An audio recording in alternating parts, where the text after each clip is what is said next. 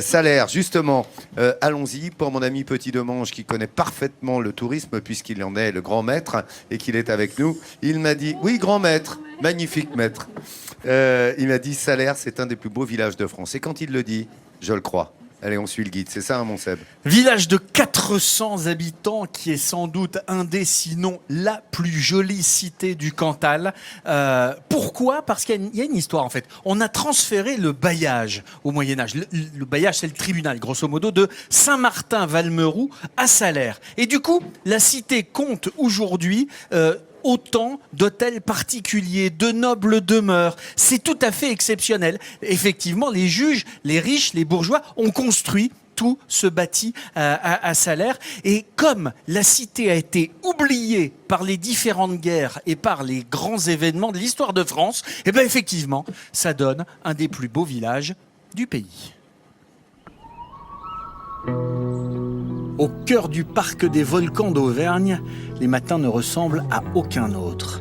C'est dans ce tableau cantalien qu'un village aux pierres sombres se dévoile aux visiteurs. Ensemble unique du XVIe siècle, ces hôtels particuliers, ces maisons à tourelles en pierre volcanique confèrent à ce village un charme austère. Salaire, bourg de 350 habitants, fait partie des plus beaux villages de France. Et il est une des curiosités immanquables de la région.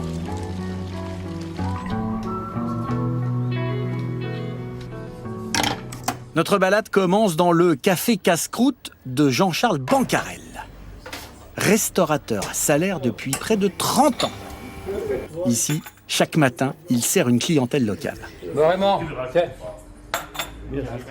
Les matins sont un petit peu calmes avec les locaux seulement. Les gens du cru, ça c'est les bergers des montagnes qui gardent les vaches.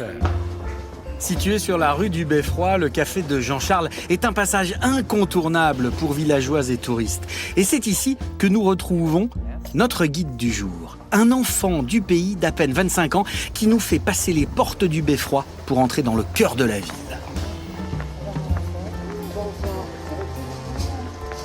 Alors là, on se trouve sur la place principale du village, la place Tissandier-d'Escaut. Et donc, tous les mercredis matin, vous avez le marché hebdomadaire. Un marché composé de producteurs locaux, comme Jean, maraîchers et vendeurs sur le marché de Salaire depuis 10 ans. La saison arrive même pas à sa fin, quoi. Hein.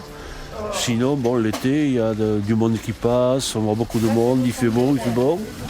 La ville est très jolie. Des maraîchers et bien sûr des fromagers. Et chez Fabrice, tous les fromages sont au lait cru. Ici, nous avons le Salaire, tradition donc fait avec la race Salaire.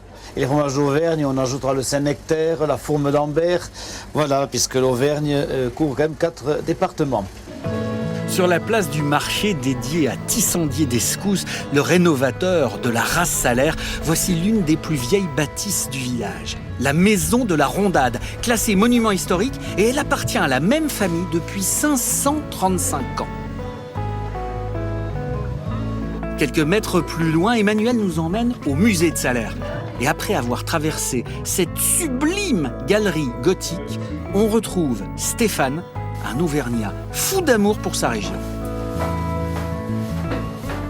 Alors vous êtes ici dans l'une des maisons les plus emblématiques de Salaire, la maison du commandeur, qui fut la dernière école privée de filles à Salaire. L'élément le plus remarquable de ce musée, c'est cette exposition des clichés du premier photoreporter cantalien. Notre homme, l'illustre photographe, l'abbé Gély. L'abbé Gély témoigne vers 1900 donc de cette activité muletière, mais encore l'élevage de la vache, le mouton, car le mouton est une activité ancestrale, en témoignent les grands marchés autour de la laine à Salaire, déjà à l'époque médiévale. Salaire s'est développé au Moyen-Âge.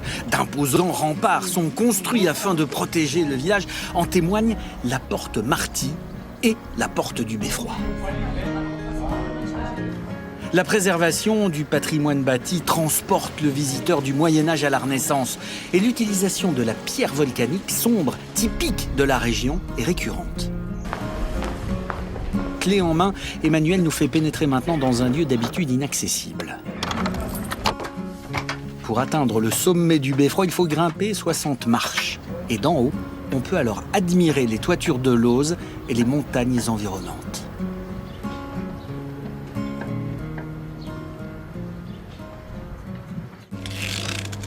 Retour au café de Jean-Charles. Et là, changement d'ambiance.